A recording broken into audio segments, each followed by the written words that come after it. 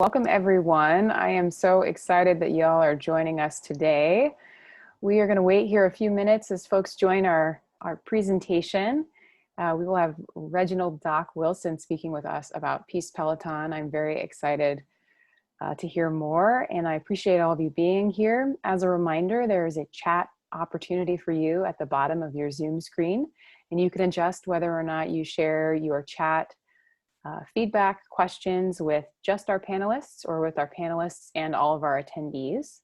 But that's where you will be able to ask questions. For now, feel free to use that chat box to say hi to everyone. Let us know where you're tuning in from. We have a lot of folks registered for this Walk, Bike, Roll Summit from all over the place. So don't be shy to share where you're coming from or what brought you to this panel today with Doc. And we will wait a few minutes before we get started, but I'm glad that you're here.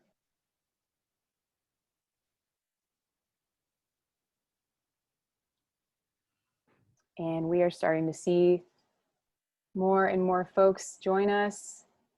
The list just keeps growing. There is a lot of excitement, I know, around the Peace Peloton, around Doc. And as you all join us, feel free to use your chat function. You can adjust it so that all attendees can see it and share who you are and where you're coming from with all of us. Feel free to say hi to Doc. I believe he can see the chat as well, so say hi to him. My name is Rachel. I will be your moderator today, but we'll do introductions in a moment. I'm gonna wait one more minute.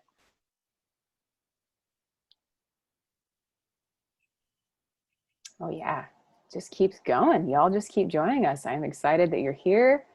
What fun that we can be together virtually. And also that the summit is free this year. I think that's an excellent, excellent virtual perk. All right, excuse me. So we are gonna get started. Greetings everyone. My name is Rachel Osias, she, her pronouns, and I am the Education Director here with Cascade Bicycle Club. I'm excited to welcome you to our Washington Bike, Walk, and Roll Summit presented by Amazon. We're excited to have over 300 registrants for this 5-day virtual event. And we'd like to start with a land acknowledgement. This summit is virtual, but rooted in Duwamish, Tuwalip, Muckleshoot, and Suquamish land. We acknowledge the land we sit on and occupy today as the traditional home of the Duwamish, Tuwalip, Muckleshoot, and Squamish tribal nations. Without them, we would not have access to this environment.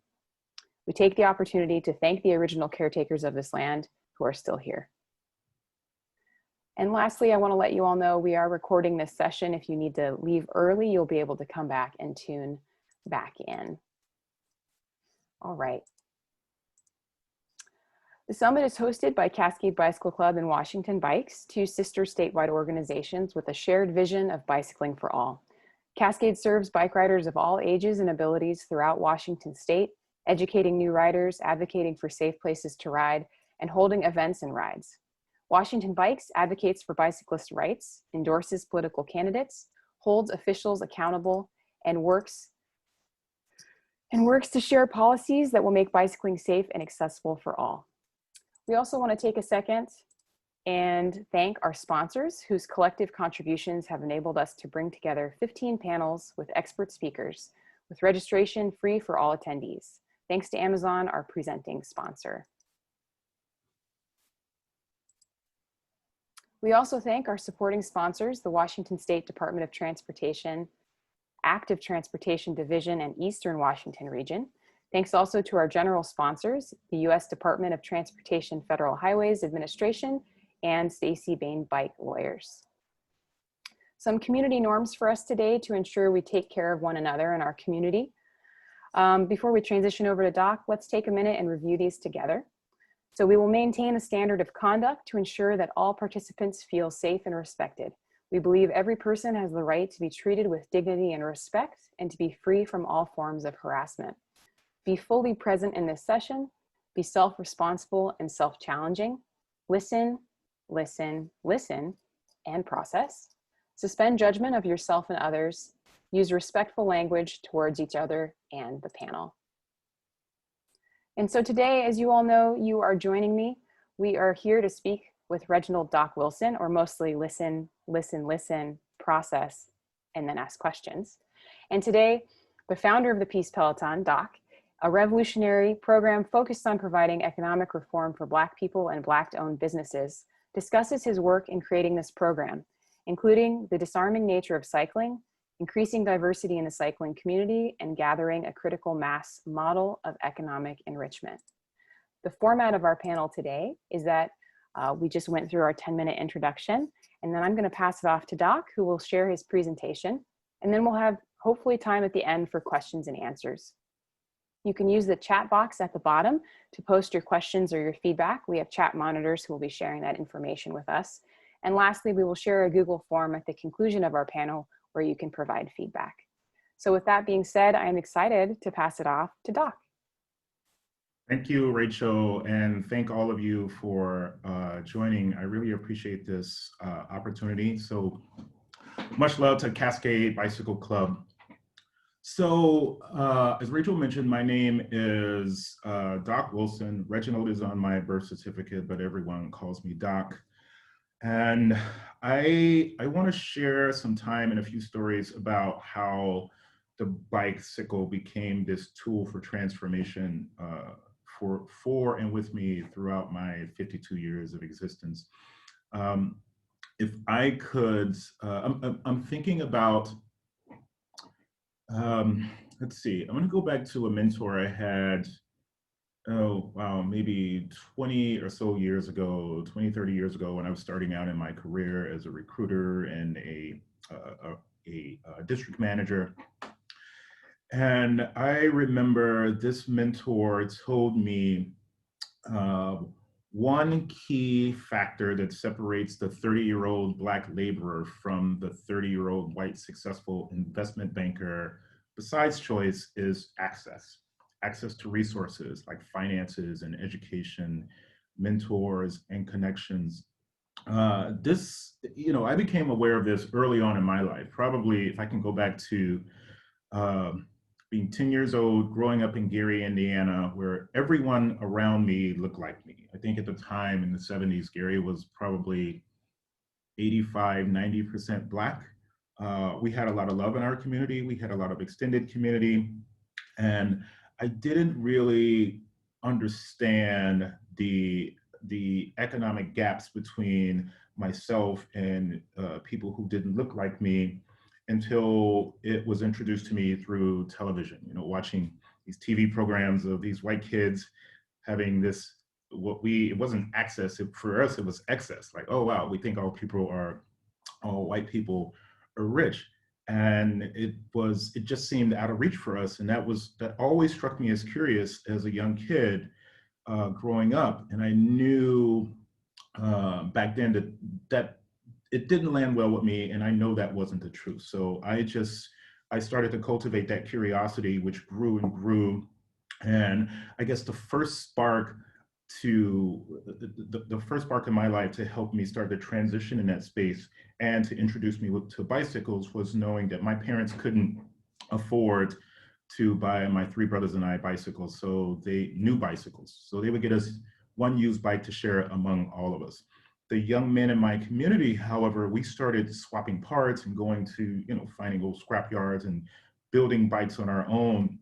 And we started to grow our own cycling community. We didn't really know or care what was going to come out of it. We just knew that we were having fun, and we were teaching ourselves the skill of how to ride and build bicycles. And it was a lot of fun. We had a lot of community, but we still didn't have access to the things that would propel us to the next level of professional racer, or get a place where we can get sponsors or grow in our craft. That was the ceiling for us. At least that's what we thought. Fast forward a few years, in my 20s or so, I sort of left the bike and started to focus on my education and my career as a young family man with my own family now. I was more keen on embracing my family and the family life and doing the things that I was told I was supposed to do. But still, just like at 10 years old, I had this curiosity that I needed to explore. Fast forward again to my early 30s, probably the third iteration of my life. I'm now newly divorced and single, and I'm living in Washington, DC, and I wanted to ride bikes. I wanted to be introduced to bike, and my first reintroduction to bike was with this mountain biking community in the Baltimore area. So I started riding with this group called the Baltimore Mountain Biking Club. I absolutely loved it. I felt like I was a part of that community, but still there was something missing. I noticed that it was very exclusively white. I was the only Black person in this group. I continued to experience that for throughout the tenure of this mountain biking group until I transitioned to ride road cycles. And I became hooked because now, unlike in mountain biking, I can go in a straight line very fast. So I picked it up like crazy and just went for it, but still I found myself riding with these elite white men. And before I go on, there's absolutely nothing with white men riding bicycles or anyone riding a bicycle, but the diversity in that community was very lacking, at least, or absent in most of the cases, because I found myself being the only Black person riding. So this time I found myself in a position to do something about it. So I started knocking on a few doors, and I got a local gym and a local bike shop to somewhat sponsor our events. They would allow us to start our bike rides at the bike shop. The bike shop would provide light maintenance for the bikes to get them ready for the road. And so our very first ride, this organization was called Saturday Cycle, and I made sure that it was to promote all levels of ridership, and it was a no drop ride, meaning everyone who starts stops at the same place, right? Everyone who begins is going to end. We're all going to start and end at the same place, and we're all going to do it together.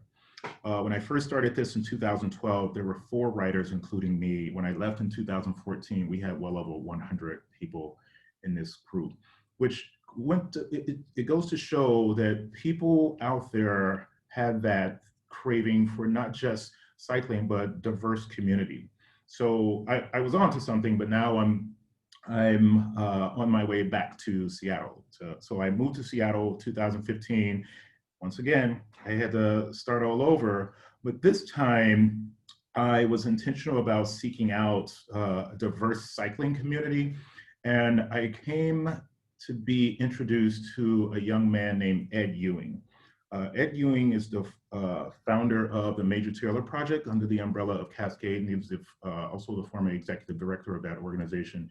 Ed had that same passion, that cycling vigor that I had, and he transitioned that passion into growing. He and I transitioned that passion into growing community, and Ed and I have been friends since then, which brings me to Peace Peloton. Ed is a community activist. He's well known in the Seattle area, in this region, actually. And he introduced me to 2 gentlemen named Ron and Don. Ron and Don have a podcast. And previously, Ed and I were on this program to talk about the subject of the impossible conversation. And the impossible conversation is that conversation that you want to have with your friend or your colleague or your family member, but it's just so difficult to imagine the level of discomfort to get through that conversation that it's usually never had. So the premise of this podcast and this show was to break down those barriers and find some tools and ways to introduce people to these conversations, have them embrace a healthy tolerance for the discomfort that they're going to feel, knowing that it's going to be temporary, and then they move forward to a place of positive change.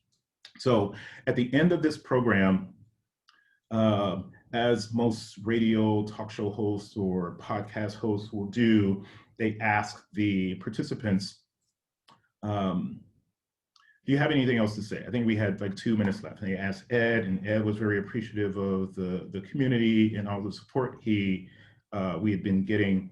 I, however, took a different route. And in the moment, I came up with this idea of, we're gonna have a bike, this is a Wednesday. And I blurted out, we're gonna have a bike ride this Saturday. It's called Peace Peloton. We're gonna meet on the beach and we're gonna ride to the Northwest African American Museum, and we're gonna have speakers speak to the moment of historical Black significance, and we're gonna have coffee and all of the things. None of it was true. I made it all up. I made it all up in a moment. I made the name up in a moment. I talked about the location. And so Ed and I had to reverse engineer that. But before going out into this, on this endeavor, Ed approached me and with this look on his face. I can remember the look. He just thought I was crazy. But we did the work to bring this event together. And our expectation, our reasonable expectation, was that this would draw maybe 20 or 30 people. The event was supposed to start at noon. By about 1:30, we had 375 participants at this event. And they were all very motivated. We certainly did not have enough coffee and donuts for everyone, but this outpouring of support and looking for people looking to embrace a way that they can insert themselves into this space of change was just, it was a lot. It was a lot to take in. And so we did it again the next week, and same thing, another 300 people showed up. So after that, we decided that we're going to organize. And since then, we've established ourselves as a nonprofit in the state of Washington as of July 6th of this year. We're working with another local legal nonprofit to process our 501c3 status. We've raised a lot of money, and we've raised some money. And starting this November, we're going to take our efforts on the road. We are targeting DC, Miami, Atlanta, Phoenix, Houston, San Diego, and Los Angeles. So Peace Peloton continues to grow, and I'll go into some of the details about how Peace Peloton comes together. It's pretty much about, I remember going back to my 20s, I was mentioning a story about how challenging it was to come up in this space. And I would hear people say things like, oh, well, you should just pull yourself up by your bootstraps. And if you work really hard, good things will come to you. So in theory, those things work, but I was recently made aware of a Black-owned organization. I believe the organization is called Black Coffee Network, and they're in Shoreline. Prior to them opening, I believe, I may be mistaken, but I believe they're the only Black-owned coffee shop in that area. Prior to them opening their doors to the public, someone came and threw a Molotov cocktail at the building, which prolonged their opening. So back to this bootstraps thing, it becomes increasingly difficult and sometimes impossible to pull oneself up by their bootstraps if people keep burning down the shoe store.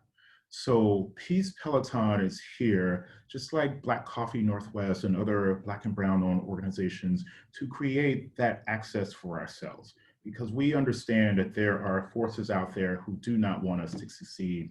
And if that's their thing, that's their thing. We cannot be dissuaded by that. We cannot lose our motivation around our adversaries. We want to align ourselves with individuals who are more knowledgeable than we are in these spaces, who can bring support through finances and resources to help us elevate our organization, and also bring as many people as possible along with us in marginalized communities, in particular in Black and Brown communities. So let me talk a little bit about the mission and vision for Peace Peloton. Our mission is simple: it's economic reform for Black people. And you can adjust that to economic access or economic opportunity, but in general, it's creating this organic and intentional environment where motivated people come together to advance positive change in the name of Black and Brown people in our communities. So that's our mission. Our vision is also relatively simple, but it has several components, and I will break those down.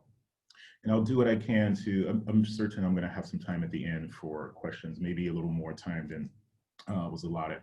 So our vision is access, community, and fun. Nothing Peace Peloton is doing or implementing right now is brand new. Everything that we are doing now, we've borrowed from other organizations who've realized success in it, from other ideas that haven't yet come to fruition, haven't yet been implemented, but we put those to our brain trust and came out with ways that we could implement those successfully. One of the things that I found was missing from previous efforts in organizations like Peace Peloton is the fun piece. Again, our vision is access, community, fun. Fundraising it's difficult because you're doing something. I'll rewind a bit.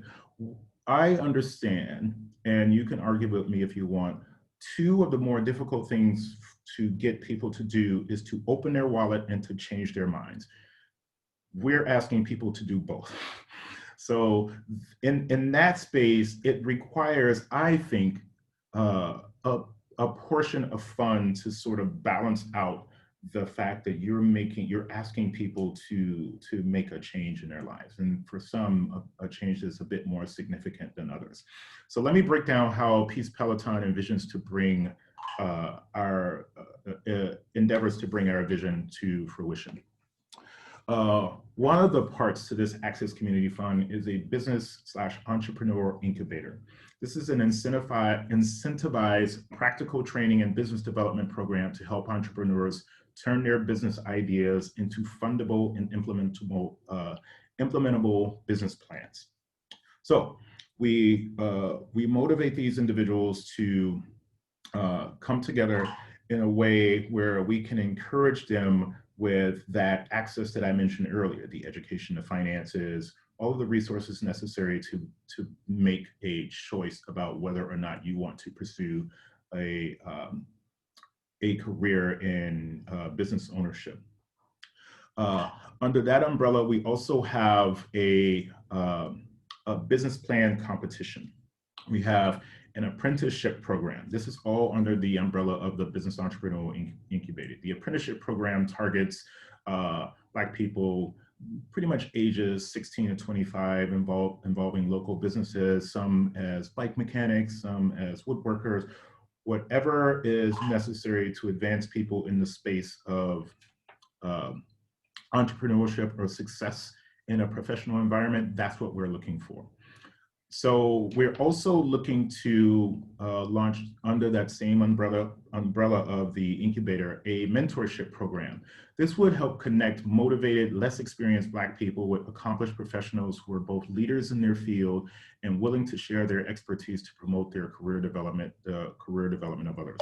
Like the mentor who shared with me the difference between that 30-year-old laborer and the 30-year-old bank investor, investment banker, is access. This is going to be key, I believe, in helping to motivate those people past that 0 to 1, which is the most difficult space to begin your journey to success. Lastly, under that umbrella is a business development consultation program where professional mentors work side by side with business owners on projects that improve the bottom line and stimulate new growth, targeting businesses owned by people of color, women, LGBTQ community folks, and veterans. It really helps.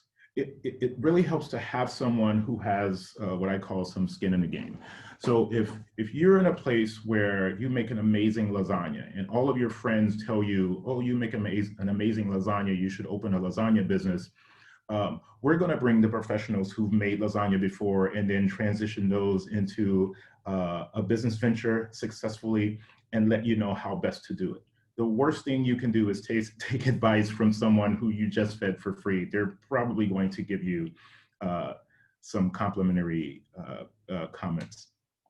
The second program in our Access Community Fund vision is a corporate equity and inclusion advisory program. This program examines and implements ways to promote highly inclusive environments for all identity groups to thrive in community, work, and commerce, and to facilitate and encourage open dialogue for a more inclusive and resilient future for Black and Brown people. Right now, I think it's been trending upward that a lot of larger organizations in particular are starting to implement D&I programs and equity programs. What I asked individuals who participate in our events is if they want to do something, if they want to do something in their jobs, they should go and get very curious about these diversity and inclusion programs. Ask the leaders of these programs, what are the benefits? What are the outcomes? What is the plan? Where is this going? One of the ways that we can open up opportunity for Black and Brown people is to put Black and Brown people, or those who are appreciative of the professional acumen of Black and Brown people, in positions of hiring authority. We tend to hire people who look and think and act like we do. As much as you can read a diversity and inclusion statement about we embrace equity and inclusion, the evidence is in your payroll and the people who make up your workforce. Just look at that and see if the people who make up the workforce in the organizations where you are employed match your diversity and inclusion program. Lastly, in our anchor program and most successful program to date is our bi-weekly bike ride program. This brings together all of the three components of the vision that I mentioned earlier: the access, the community, and the fun. And this is as simple as it gets. We identify Black and Brown owned businesses in good standing with the community and with the Better Business Bureau. The second step is we invite individuals, motivated individuals, to join us and meet at those places of business. The third step is we let commerce happen. Then we take the bike ride through, our plan is to take the bike ride through areas of each city where we're going to be and identify routes that highlight places of historical Black significance along the route. And we would have someone speak to those places of historical Black significance. Then we take the Peloton to another Black-owned business and do the same thing, allow commerce to happen. It seems like a very simple process, but there's a lot of nuance that comes into play that brings these things together. The other piece of the bi-weekly bike rides is it's not feasible for Peace Peloton to take 300 to 400 cyclists to a business every Saturday. So what we do after these bike rides, we have our volunteer staff go and sit with the owners of these businesses, and we talk through how we can capture at least 25% of the business that was newly introduced to these organizations, how we can capture that as sustained business, either through different marketing campaigns, or Peace Peloton could promote them and we can cross-promote them through other social media platforms. So we continue to develop sustainable, successful relationships with the businesses we partner with through the bi-weekly bike rides. I want to wrap up with just a few other benefits of riding the bicycle. And let me also back up a little bit because this is a question that comes to me at each of our rides. You know, what is our association with Black Lives Matter organization? There is none. We are in no way associated or affiliated with the Black Lives Matter organization. The premise of Black Lives Matter, yes, because a good portion of the people who participate in our rides are Black and Brown. So that is about the limit of it. There's nothing wrong with the Black Lives Matter organization, but our organization is an economic development organization that uses the bicycle as a tool to advance that aim. So we're not a bicycle club, we're not a bicycle group, but if people want to believe that we are because of that fun piece that I mentioned earlier, great, come on out, have a good time, because there's value in you showing up. The more people who show up, the more people who see it, the more people who are motivated to engage and advance positive change for this organization. So back to these bike benefits. The number one benefit I see from riding, number one benefit from riding a bicycle, it slows people down. I was speaking with our host earlier today about a project here in Seattle where along Lake Washington Boulevard, they closed the street down to just pedestrian traffic. And now they're reopening it to motorized vehicles. But when you shut the street, when you dedicate the streets to pedestrian traffic or cycle traffic, it slows you down so you have a better appreciation. You can take in all of the beauty that's around you. The Lake Washington Boulevard goes along the lake. It's an amazing view. You get to talk to your neighbors. It's just a super fun place to be on a weekend. Second, the bicycle is disarming. I talked to the host when I was interviewed for this interview about one of the things that draws me into organizing these events for Peace Peloton. I can't remember the last time when I've heard about a bicycle gang coming and terrorizing a town. Peace Peloton's events are welcome to all people, young, Black, non-gender conforming, men, women. It really doesn't matter. As long as you're safe, as long as you're not a jerk, as long as you're riding a mechanically sound bicycle, you are absolutely welcome. And I find that people are drawn to that good energy when we're walking by and they see parents pulling their kids in trailers and 10-year-olds riding bicycles. There's no threat. It's just a welcoming environment. Three, bicycling promotes an appreciation for your surroundings. I was talking about how Lake Washington Boulevard is just amazing. And when I'm riding my bike there, things just slow down for me. And I pay attention to the trees, the birds chirping. I can connect with my neighbor if I'm riding next to them, because we're not going to be flying down the boulevard. It's just a really, really cool way to slow down and take in what's around you. Four, and one of the things that I've been getting a lot of positive feedback about is cycling cultivates community. Everyone can ride a bicycle, or everyone can learn how to ride a bicycle. One of the things that we're working with at Peace Peloton is to get more people on bicycles through partnering with other organizations like Cascade and Bikeworks and Northstar, to make sure that those people who don't have the means to get a bicycle don't use that as an excuse, or we break that barrier down so that people can totally get on a bike and have the opportunity to experience the joy that the rest of us have. Five, it promotes a healthy lifestyle. It's exercise, whether you're on an e-bike, pedal assist, it doesn't matter. Moving your body extends your life. It's just a good way to go. And last, it invites motorists to leave their cars, cutting down on greenhouse gas emissions. We need to be better stewards over this city and our community and the planet.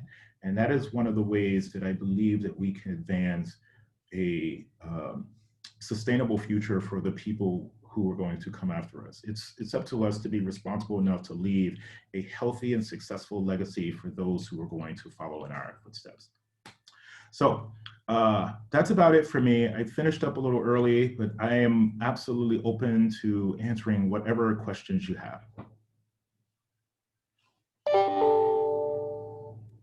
All right, thanks so much, Doc, for sharing all of that. We've gotten some really great comments in the chat about sharing your good energy and about just being excited about your mountain biking and where you're from and the stories that you shared. And we've been getting questions coming in. A reminder to all of our participants today, all of our attendees, please feel free to send your questions into the chat. Again, it's at the bottom of your Zoom screen, and we'll answer them as they're pulled in from our chat monitors. And so to get us started, Doc, one of our questions here is, how can this effort and type of economic reform be implemented in cities around Washington? How does it affect smaller places or more rural communities? What would it look like? Yeah, so you're looking at Washington State and smaller communities. I think that thank you for the question. The program can be scalable. We don't necessarily have to bring 300 people to a site to promote the business. We can promote the business in other ways, either through our website. We're redesigning our website. We've recently hired a web designer who's going to come on and launch our marketing page, which is going to highlight all of the businesses that we promote. And as I mentioned before, working with businesses to capture 25% of the Saturday bike ride business that we bring to them, we can do that we can do the same for businesses in smaller and rural communities. I can tell you that after October 31st, our plan is to launch in warm weather cities. We'll still be here in Washington State, but come November, it starts to rain and gets a little chilly. So we'll still have one ride per month in the Seattle area or Washington State and surrounding communities, but we will certainly go to other warm weather cities. I can talk more about that in the website. I hope that addressed the question. Okay. Well, the attendee will let us know if it did not, hopefully. Okay. Okay, so another question for you is kind of pivoting our conversation to thinking about young people. And the question is, what advice would you give to young people of color looking to start programs like this in their own communities or looking to create bike communities in general? Yeah, you know, in this process, you have to be the first to say hello. If you're thinking about it, execute it. If you're thinking about going up to this person who you want to ride a bicycle with, go up and ask them, and then show up your tolerance for no. Everyone's not going to accept your invitation to be their friend or to ride with them, right? But some people are. The other thing, and I hope that answers the question about how do you launch a bike community. The other thing is with regard to organizations like Peace Peloton or other advocacy groups, do as much research as you can. Passion can only get you so far. There are other organizations out there who are already successfully implementing the types of programs that you may be thinking about. So a good piece of guidance that I can give you is do the research, go find those organizations, see what their missing links are if they're implementing the program successfully, and then fill in those gaps. There's no need to reinvent the wheel. If you go back to the early inception of Peace Peloton, we were all over the place. Our mission was economic reform for Black people, criminal justice reform, healthcare reform. It was just a lot for our organization to capture successfully and to bring about a desirable outcome. One of the things that got us that pared our mission down to economic reform for Black people is with criminal justice and healthcare reform, we need legislation. We don't need anyone's permission to spend our money. We don't need anyone's permission to go to a Black-owned business and engage in commerce. So that seemed the easiest route for us. And we're also partnering with other organizations who are successfully doing some of the things that we're doing. So it's not to reinvent the wheel and to complement each other's strengths. Mm-hmm. Yeah, I think to speak into the earlier part of your answer, the power of what we learned, many of us, I think, in kindergarten, of just saying hi and being courageous and saying hi. And then the second piece of, there are so many of us, I think the attendance of the Walk Bike Roll Summit speaks to how many people are interested in or doing very similar work, and the importance of reaching out to each other and sharing the work and being holistic in what we do. Okay. Definitely. Thank you for that.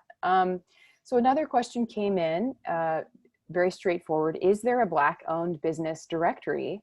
And are there any pre-planned bike routes that connect a set of them? Them being coffee places, lunch places, and then a bar, etc. Yeah. There are hundreds. After the murder of George Floyd, a lot of interest started pouring into social justice and criminal justice reform and economic reform for Black people. One that I believe is local is called The Intentionalist.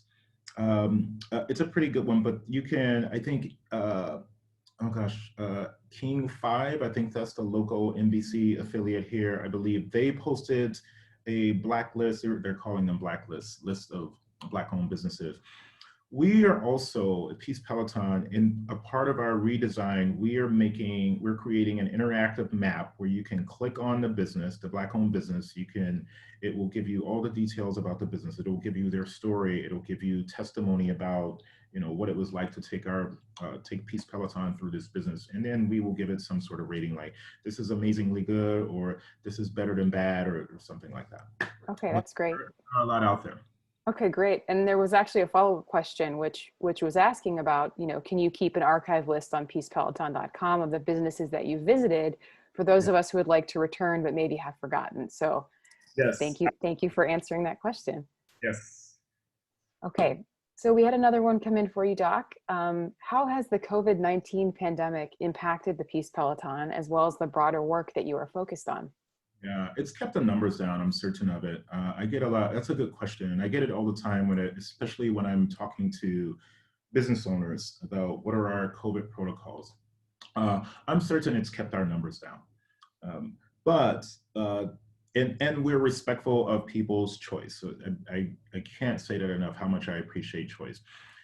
A lot of the people who reach out to me who aren't, they're like COVID reticent or they don't want to be around large groups, they also donate to Peace Peloton. They say, hey, I want to be a part of this, so I'm going to, here's a donation. It's $20 or whatever. We're grateful for whatever we get. It also, it limits the types of organizations we can go to.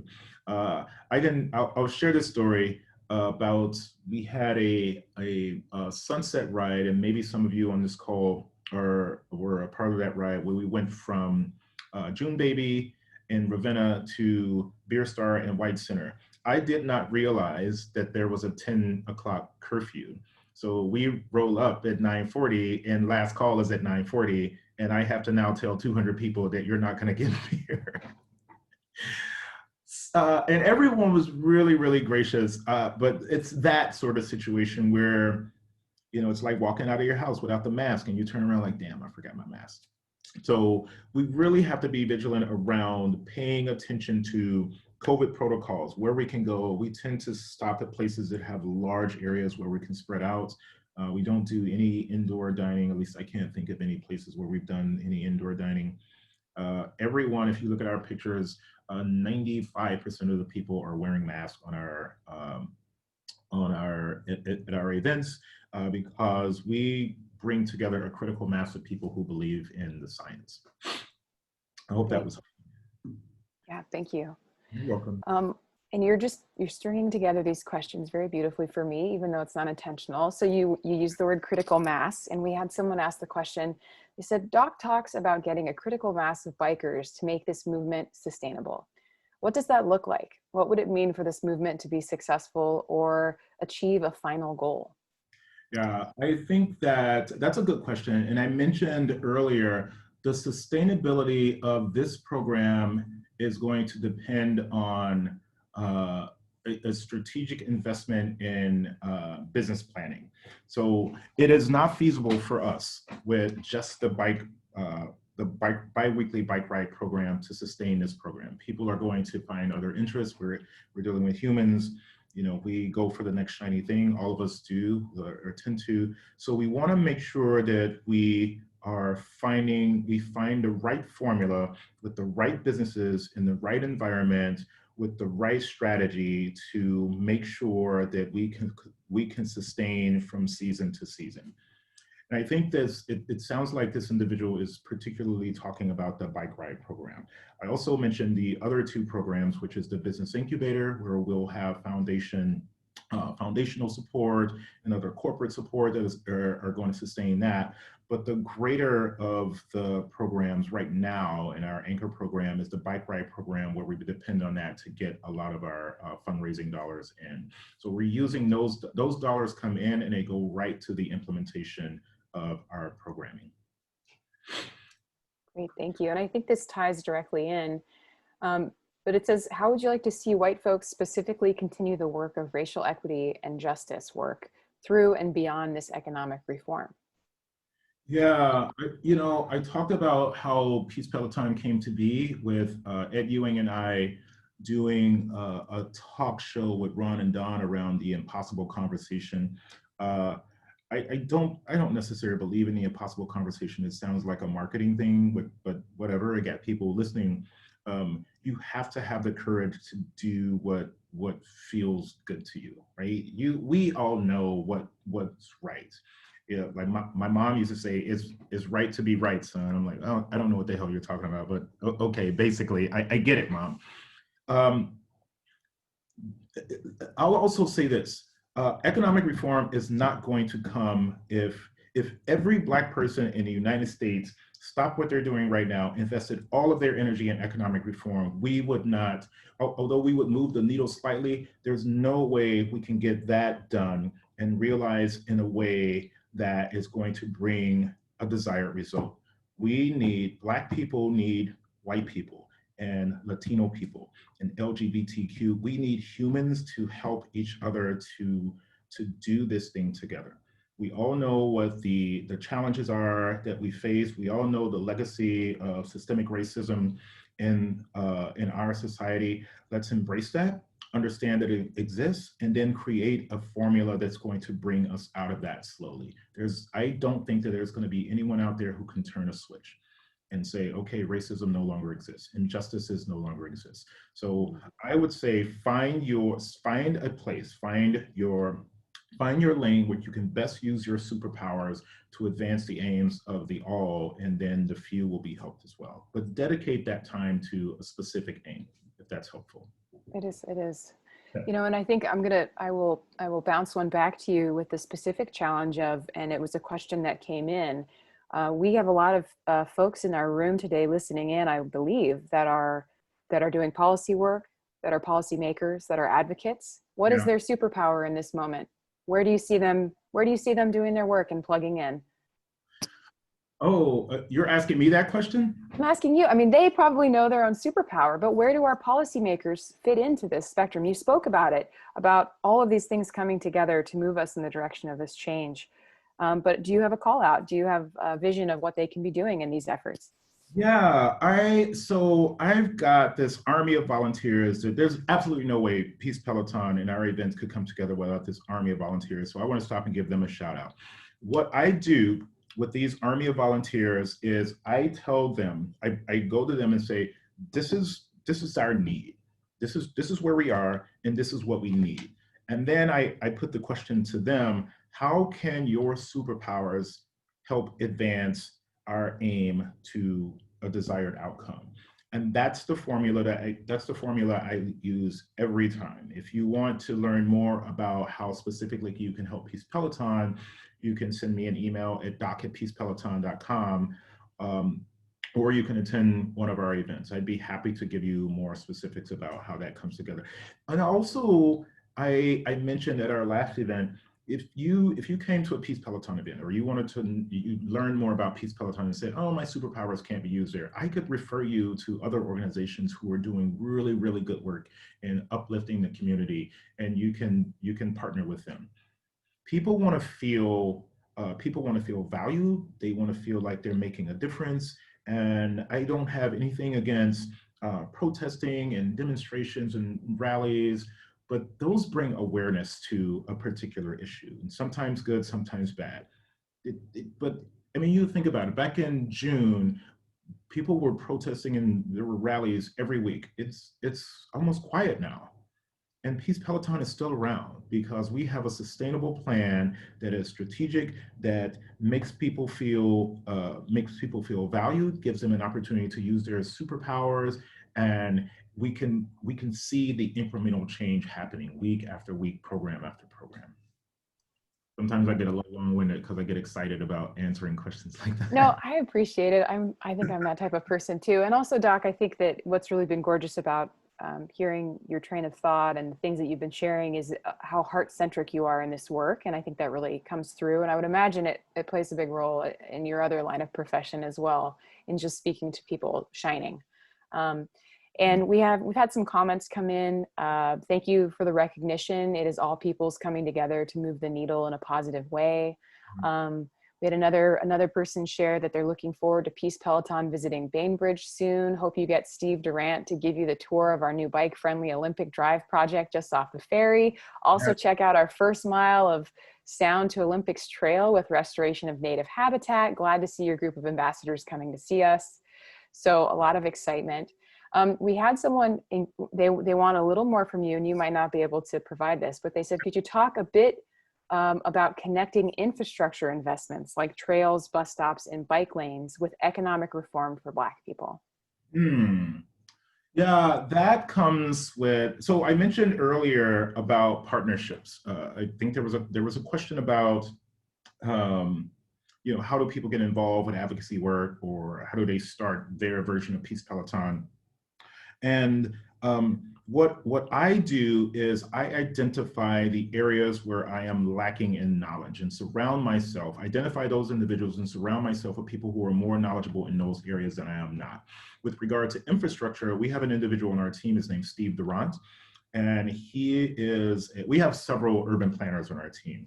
And some of what we're looking to do now, in addition to spreading the word about trying to keep Lake Washington Boulevard closed to, Stay Healthy Street and close to motorized traffic, we are looking to partner with SDOT, Seattle Department of Transportation, to see what it is Peace Peloton can bring to this organization to provide the type of infrastructure that will provide access to those individuals in marginalized communities to make it easier for them to get out on a bicycle, to make it easier for them to navigate the streets without having to go down really busy arterials like Rainier Avenue or Martin Luther King or Aurora Avenue.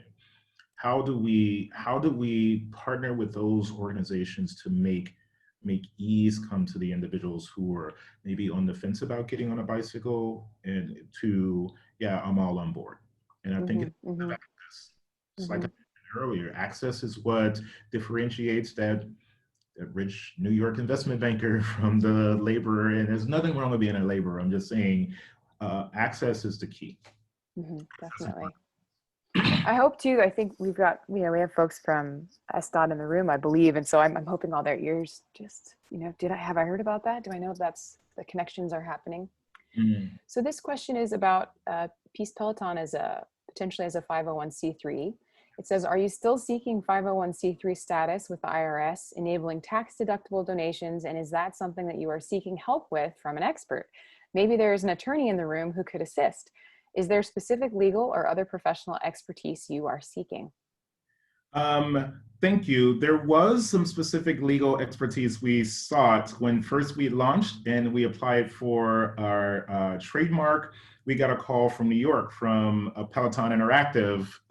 It was sort of this, it wasn't a cease and desist, but it was one of those curious letters. That's been resolved. With regard to the 501c3 status, we've applied with an organization called Communities Rise. They were formerly known as Wayfind, and they're helping us get through that process. We also have a fiscal sponsor. I know that large donors would like to get, donors period, would like to take advantage of our tax deduction.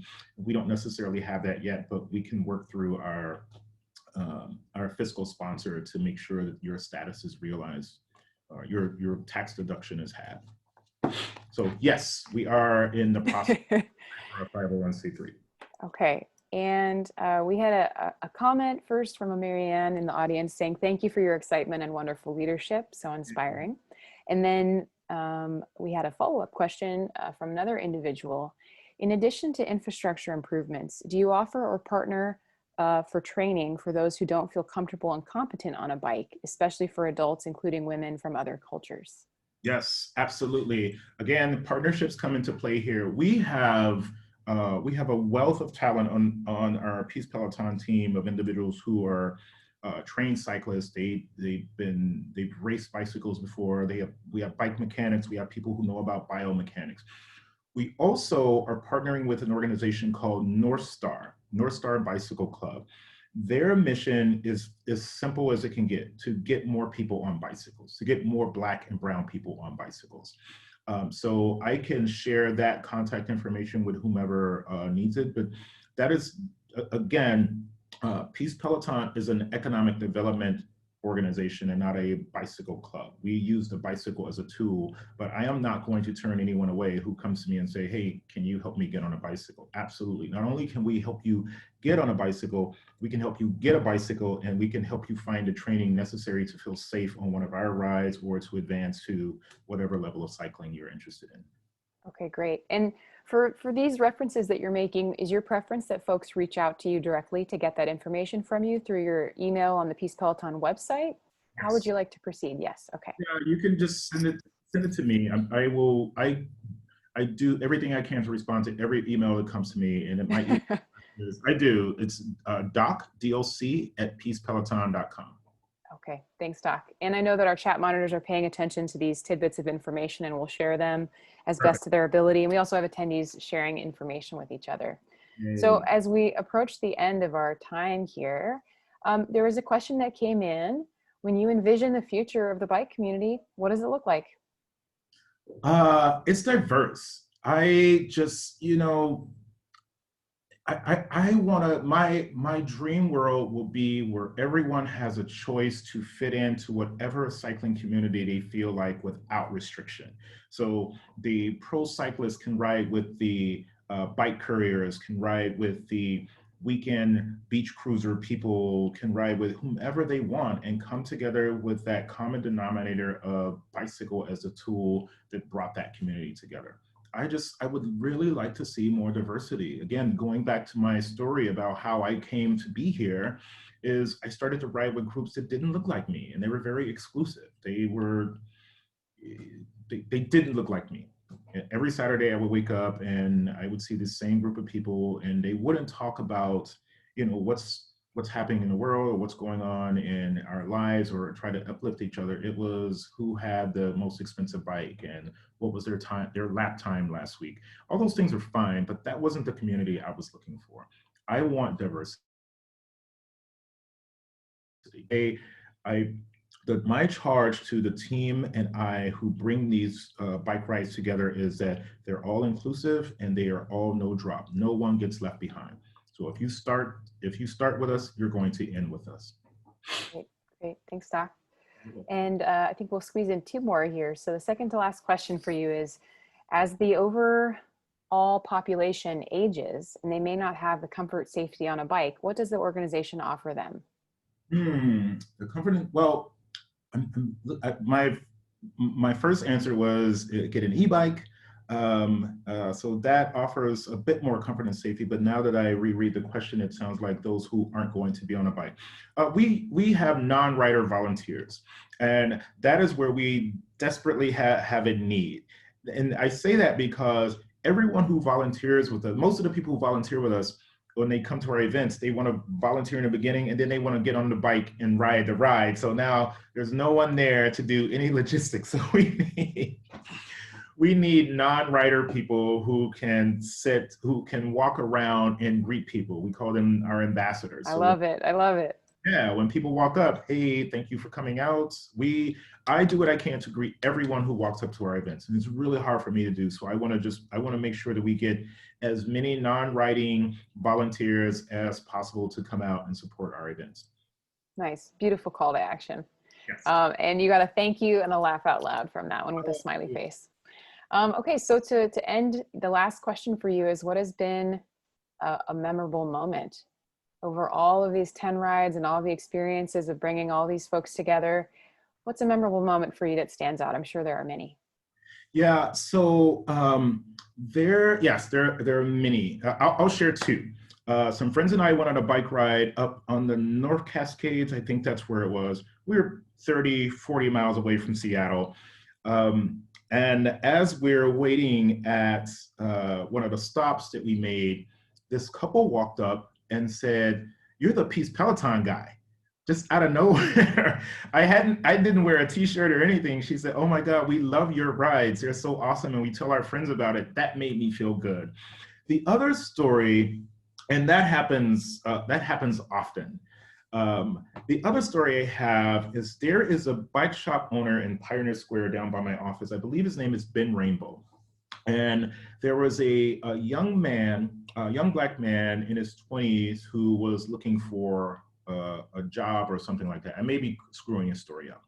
So he and Ben were riding next to each other, and they struck up this conversation, and one thing led to another, and Ben apparently hired this young man. And the young man, I've been wanting to reach out to Ben to get this story because the story came to me secondhand. The young man reached back out to the gentleman who told me this story and said, there is no way I would have come into contact with Ben Rainbow and got this job had it not been for this community, had it not been for this ride. So stories like that, when I'm pulling my hair out at 2 o'clock in the morning, trying to get these rides organized and our sponsors don't show up the way they, things fall apart. Harkening back to stories like that is the energy I need to say, yeah, it's worth it. We're going to keep going. Awesome. Awesome. Thanks, Doc. And the community supported you there and said Ben Rainbow is awesome. And they named his bicycle repair shop and recommended it. Yeah. Shout outs. So thank you from all of us for being here. And it's wonderful to speak with you and see you and hear all of this great information. Everyone for attending, thank you for attending. Our next session is going to be at 4 p.m. today. And it will be conversation with the Washington State Department of Transportation. The recordings will be out next week. We will send a YouTube link via email so you can then grab Doc virtually, email him to your friends and say, hey, did you know you should get involved in this? They're looking for superpowers. So thank you, everyone. And Doc, we will see you next time, hopefully soon. Yes. And to have a good rest of your day. All right. We're going to be in Bainbridge on October 17th. Bainbridge Island, we're coming. All right. Woot woot. Bye, everybody. Bye.